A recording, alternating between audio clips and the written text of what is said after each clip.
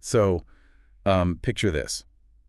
The clock nudging past midnight on May 6th, 2025. The air in most places is probably settling down, quiet. Hmm. But high up in the Poonch district, along that jagged line of control in Jammu and Kashmir, well, the silence was about to shatter. Violently. While Yes. you or I might have been thinking about sleep, maybe the next day's plans, a absolute maelstrom of explosions was just erupting. Right. And that night, May 6th going into May 7th, it wasn't just another border skirmish, was it? This was a direct and really forceful reprisal. Reprisal for what exactly? But the heavy artillery, the mortar fire that the Pakistan army unleashed, it wasn't spontaneous. It was a stark, brutal echo of India's Operation Sindoor. Ah, the missile strikes. Exactly. Those precision strikes aimed squarely at terrorist training camps across the line, both in Pakistan and Pakistan-occupied Kashmir. So think of it like a deliberate action met with a truly devastating reaction. And measured in human life. And measured in the most tragic way possible.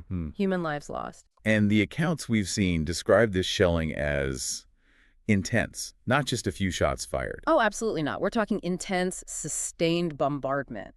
Some reports are calling it the heaviest shelling seen in that specific area in recent memory. Wow. And crucially, it wasn't just confined to military posts. This spilled over, terrifyingly, into civilian areas, into villages where people were just trying to live their lives. Which brings us to why we're doing this deep dive. Precisely. Our aim here is to really move beyond the immediate shock, beyond the headlines. We want to piece together the sequence of events, try to grasp the profound human cost. And understand the context, right? What led up to this. Exactly. We need to understand the context that set this whole tragic chain in motion. We're really after the core truths, trying to strip away the noise and get to the heart of what happened that night and in the days after. Okay, so let's pin down the timeline. We're talking late night, May 6th, early morning, May 7th, 2025. What specifically unfolded then? Well, the main event was this period of sustained, incredibly intense shelling initiated by the Pakistan army. Yeah. And like I said, this wasn't small arms fire. No. We're talking heavy artillery, mortar rounds, significant bombardment. The impact was widespread, hitting Indian forward posts, yes, but also reaching deep into civilian areas in the Poonch sector. Which suggests Yeah. what? An intent beyond just military targets. It could suggest that, yes, perhaps aiming to destabilize the local population, create fear. It certainly had that effect. And it wasn't just one or two isolated villages caught in this. No, not at all. Reports came in from several places, Balakote, Mentar, Mankot, Gulpur, Kearney, all reporting really devastating effects. Even the district headquarters. Even the district headquarters in Poonch city itself wasn't spared. And perhaps most poignantly, the Sri Guru Singh Sabha Gurdwara, it also sustained damage. A place of worship. A place of worship. It's a stark reminder of just how indiscriminate this kind of shelling can be, hitting civilian infrastructure, homes, even sacred sites. And amidst this terrible onslaught, we lost Lance Naik Dinesh Kumar. He made the ultimate sacrifice. Tell us about him. Lance Naik Dinesh Kumar. He was 32 years old, from Mohammedpur village in Palwal, Haryana. He served with the 5-Field Regiment of the Indian Army. And where was he when the shelling started? At that moment, he was actually on patrol duty in the Krishna Ghati sector, which is known to be a particularly sensitive, often volatile stretch along the line of control. So he was actively securing the border. He was actively engaged in his duty, trying to secure the border when this happened. It just underscores the constant risks faced by soldiers serving in these forward areas. It's a sobering thought, isn't it? Someone protecting the border becomes a direct casualty of that very conflict. And tragically, he wasn't the only life lost. No, sadly not. Alongside Lance Naik Dinesh Kumar, 12 other people died in this shelling. 12 others. 12, including 4 children. Modzing Khan, just 10 years old. Zoya Khan, who was 12. Mariam Khatun, only 7. And Vihan Pargav, 13. Oh, that's just heartbreaking. 4 young lives. It's devastating. And the adult victims, Balvinder Kaur, Mod Akram, Amrik Singh, Mod Iqbal, Ranjit Singh, Shakila B., Amarjit Singh, and Mod Rafi. That's a terrible toll. And injuries, too. Yes, beyond fatalities, another 59 people were injured, some seriously. It really highlights the wide-ranging, devastating impact on the local communities. It brings home the brutal reality for those living right there on the edge. The sheer scale, especially those children, it just underscores the human tragedy. What was the immediate official reaction from the Indian Army? The White Knight Corps, that's the army formation responsible for security in that sector, they put out a public statement pretty quickly on their X account. What did they say? They expressed profound grief, naturally, and saluted the supreme sacrifice made by Lance Naik Dinesh Kumar. But importantly, they also extended deep condolences and solidarity to the civilian families. Acknowledging the shared loss. Yes, acknowledging the shared burden of this tragedy, both military and civilian. Dinesh Kumar. He wasn't just a statistic in a report. He was a person with a family, a background. What more do we know about him? Well, he came from a family with a strong military tradition, actually. He joined the Army himself back in 2014 when he was 21. So, a career soldier. Yes, and interestingly, his commitment seems to run in the family. His two younger brothers, Kapil and Hardut, are currently serving as Agnavirs. Both of them. Wow. That's quite a family dedication. It really is. It highlights a deep-seated sense of duty to the country, especially with the Agnavir scheme being relatively new, focusing on shorter service terms. Their choice to follow their older brother is significant. And his immediate family. Who did he leave behind? He was married to Seema. She's an advocate.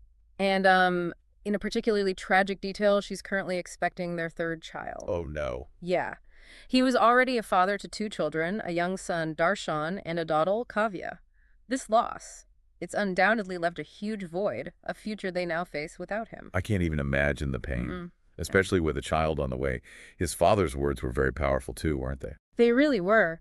His father, Dayacham Sharma, facing this immense loss, simply said, "My son died while serving his motherland." Just incredible grief, but also such unwavering pride in those words. Pride and hope, almost. And hope, yes. He even expressed his wish that Dinesh's son, Darshan, would one day choose to follow his father's path and join the army, to carry on that legacy. It says so much about the family's values. It really does. How did his home village, Mohammadpur, react? Understandably, the village mourned him deeply. The Sarpanch, the village head, Bhup Ram, spoke about Dinesh being a local hero, someone who had always wanted to serve in the armed forces. His dedication was well known and respected there. A community hero lost. Exactly. His sacrifice will leave a lasting mark on Mohammadpur. And his final farewell, how was that conducted?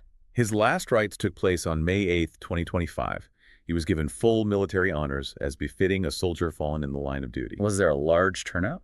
Yes, reports mention representatives from the BJP, many army personnel, of course, and a large gathering of villagers paying their respects. Political leaders also paid tribute, like Rohtak MP Deepinder Hooda and Haryana's Chief Minister Nayab Saini, who acknowledged his sacrifice on social media. So recognized across the board. Yes, the presence of military, political figures, and the local community really underlined the collective grief and the recognition of his service. Okay, so let's loop back. This terrible event, this loss of life, didn't happen in a vacuum, did it? You mentioned Operation Sindoor. That was the precursor. It was the direct precursor, yes. Operation Sindoor was India's response to a deeply disturbing act of terrorism. Which one was that? Specifically, it was retaliation for the horrific terror attack in Pahalgam on April 22nd, 2025. That attack tragically killed 26 civilians, innocent people, including Syed Adil Hussain Shah. That act of violence was the immediate trigger. So Operation Sindoor was India's forceful message back across the LoC. Absolutely. It was a major coordinated operation, involved the Army, Navy, and Air Force. They used precision-guided munitions, things like Scalpy missiles, hammer bombs, high-tech stuff. Aimed at specific targets. Yes, the operation targeted 9 identified terrorist training camps. These were located in Pakistan and Pak in areas like Gulpur and Kotli. The choice of those advanced weapons shows a clear intent to strike deep and accurately. And what was the stated outcome of Operation Sindoor, according to India? Well, according to Defense Minister Rajnath Singh, the operation was successful. He stated that it resulted in the neutralization of reportedly over 100 terrorists operating from those camps. Over 100? That was the claim. The stated goal was to significantly disrupt and degrade the infrastructure these groups use for attacks against India. Of course, verifying exact numbers in these situations is always challenging. Which brings us right back to that terrible night of May 6th and 7th. Pakistan's reaction to Operation Sindoor was immediate, and as we've tragically discussed, devastating. It was. The intense shelling that caused all those casualties started the very same night Operation Sindoor was carried out. And reports suggest this heavy bombardment didn't just stop after a few hours. How long did it last? Some accounts say it continued for as long as 14 days, hitting various sectors along the LoC. This sustained, forceful response clearly shows Pakistan's strong reaction. The timing makes the link undeniable. It was direct retaliation. Beyond Lance Naik Dinesh Kumar, that civilian toll, Mm. it's just staggering. Those 4 children, again, Mohsen Khan, Zoya Khan, Mariam Khatun, Vihan Pargav, their lives just gone. It's almost impossible to grasp fully. Their names now symbolize the innocent victims caught in this crossfire, and the impact, as you said, went far beyond those deaths. Homes destroyed, infrastructure damaged. Numerous homes damaged or completely destroyed, vehicles wrecked, essential infrastructure hit, and as we mentioned, the Sri Guru Singh Sabha Gurdwara taking damage. It really raises serious questions about civilian safety and conflict. The attack on the Gurdwara specifically, that must have caused significant outcry. It did. Widespread condemnation. Sukhbir Singh Badal, head of the Shiromani Akali Dal, strongly denounced it. He specifically highlighted that 3 members of the Sikh community, including Aragi Singh, a religious singer, were among those killed when the Gurdwara was hit. That just adds another layer of tragedy. It underscores the indiscriminate nature, yes, and touches on the sensitivities around religious sites, minority communities in these conflict zones. We also heard some firsthand accounts from residents. They described a terrifying night. Yes, accounts like the one from Abdul Hussein, deeply unsettling. He talked about the sudden, intense firing erupting from across the border, pure fear and chaos. And concerns about safety, bunkers. He voiced serious concerns about the lack of adequate shelters. He said a large number of the promised bunkers weren't fully built, leaving communities incredibly vulnerable. That lack of preparedness is a critical issue in a known conflict zone. Imagine your home being torn apart by shells. The uncertainty. There was a quote from an injured woman whose house was just leveled. She simply said, "I don't know where we will go now." That captures the immediate crisis, losing everything, facing a totally uncertain future. Yet, even in that devastation, there were stories of resilience. Absolutely. Amidst the intense shelling, yes, hundreds fled to bunkers where they could, but many others reportedly chose to stay put, stayed in their villages, determined to support the Indian Army however they could. That's incredible courage. That spirit of defiance, of solidarity in the face of such extreme danger, it's truly remarkable. It speaks volumes about the strength of these border communities. To really get why this keeps happening, we need to look at the line of control itself, don't we? It's not just a line on a map. Not at all. It's a highly militarized, heavily contested zone with a very long, very troubled history. How long is it? And how militarized are we talking? It stretches about 776 kilometers roughly from Jammu up until Ladakh, and it's genuinely one of the most heavily fortified militarized borders on Earth. There was a ceasefire agreed back in 2003, but... But violations happen frequently. Alarmingly frequently, yes. Those violations constantly undermine trust, keep tensions incredibly high, and create this potential for sudden, dangerous escalations. It's a climate of constant unease. And this latest tragic sequence terror attack, Operation Sindoor, the retaliatory shelling, it seems to fit right into that familiar, awful pattern. Sadly, yes. It's a recurring cycle we've seen too many times. Attack from across the border, Indian military response, Pakistani retaliatory shelling. The Pahalgam attack was the immediate spark this time, but it's embedded in that much larger, complex history of conflict and deep mistrust. There were also some suggestions, weren't there, about other possible motivations for Pakistan's heavy shelling, beyond just retaliation? Yes. Some sources indicated potential internal factors might have played a role. Things like reports of a significantly reduced military budget for Pakistan, concerns about aging equipment. So a diversion tactic. Possibly. Historically, governments facing internal pressures sometimes use external conflicts or heightened tensions to divert public attention or project strength. Border flare-ups can unfortunately serve that purpose. It's a complex mix of factors. What about the wider world? How did other countries react to this flare-up? The international reactions were pretty varied and maybe predictably somewhat divided along existing lines. Turkey, for instance, reportedly backed Pakistan's position. And others? Qatar called for de-escalation, for peace. Even former U.S. President Donald Trump apparently made a brief comment hoping for a swift resolution. It shows the world is watching, aware of the potential for instability. Okay, let's turn back to the Indian Army's actions. After that heavy shelling from Pakistan, their response was also reported as swift and decisive. It was. The Indian Army conducted targeted counterstrikes. They aimed at specific Pakistani military posts along the LoC, identified as being involved in the shelling. With result? Reports indicated damage to those posts and casualties on the Pakistani side, though, again, independent verification is always tough. Official Indian Army statements emphasized a commitment to resolute, punitive action against any aggression. And alongside that military action, they were also reaching out to the civilians caught in the middle. Absolutely. Public statements expressed deep solidarity with the civilian victims, reaffirmed commitment to their safety and security. The Chief of Army Staff, General Upendra Dwivedi, also publicly saluted Lance Naik Dinesh Kumar's sacrifice on social media. Underscoring the value placed on that sacrifice. Exactly, highlighting the immense respect the Army holds for such acts of bravery and duty. The human cost just becomes so real when you hear personal stories. Like Lance Naik Dinesh Kumar's brother, Kapil. Oh, absolutely. Kapil's account of getting those first calls, the agonizing, not knowing, and then finally getting that devastating confirmation of his brother's death, it's heart-wrenching. It reminds you these aren't just numbers. They're families shattered by loss. Essential to remember that human dimension. It really is. It takes you beyond the military and political analysis to the true impact. And the immediate situation on the ground in Poonch after the shelling must have been sheer chaos. Reports painted a grim picture: damaged homes, destroyed homes, vehicles on fire, even at the main bus stand, and real difficulty getting the injured out because the shelling was still so intense sometimes. And it wasn't just Poonch affected. No, the impact spread. In nearby areas like Uri and Karna, more houses reportedly caught fire, another 10 people injured there, including 5 children. It shows the wider geographical reach of the violence. But even amidst all that chaos and danger, you mentioned that spirit of resilience kept coming through. It really did. In places like Gingal village in Uri, locals apparently sent a powerful message.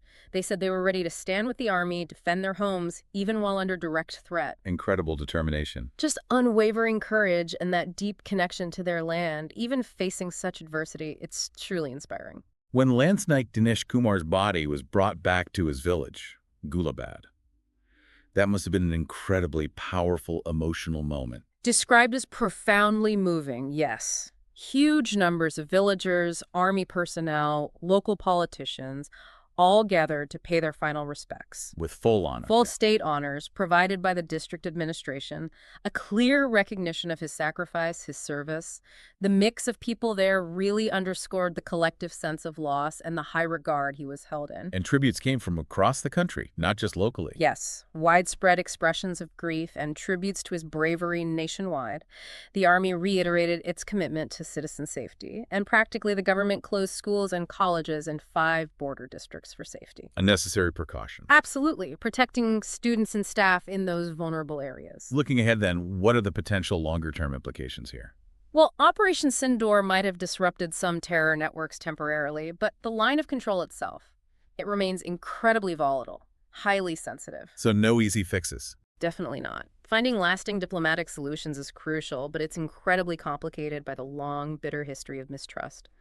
There's an ongoing critical need to strengthen border defenses, finish those civilian bunkers, and provide real sustained support. Support for whom? For the soldiers on the front lines, absolutely, but also for their families who bear such an immense burden, and for the civilian communities living there. So the loss of Lance Naik Dinesh Kumar and the 12 other victims on May 7th, it's more than just a tragedy, it's a challenge, isn't it? It's a stark, tragic reminder of the enduring human cost. But yes, it challenges our understanding of sovereignty, of resilience, the resilience of those living and serving on these dangerous borders, and the true price of security. It really compels you, as you listen, to reflect deeply on the implications. What does resilience truly mean in the face of this? What's the real cost of freedom, of security? These are fundamental questions, aren't they? And they deserve our continuous thought and consideration. It's not something to just read about and forget. Absolutely. And it makes you think, how can we as individuals, as a society, offer meaningful support to the armed forces and to those communities living right on the edge every single day? Indeed. Whether it's supporting organizations that help veterans and their families, or advocating for better infrastructure in border areas, or even just making a conscious effort to stay informed, stay engaged with these complex realities. There are ways to contribute. There are meaningful ways, yes. Ways to acknowledge the sacrifices made and maybe contribute, even in a small way, towards a more secure, perhaps more peaceful future. Ultimately, I think this deep dive really underscores how vital it is to keep learning, keep thinking critically, and stay engaged with these incredibly complex issues. Because only through understanding the realities on the ground can we even hope to help prevent such tragic losses from happening again.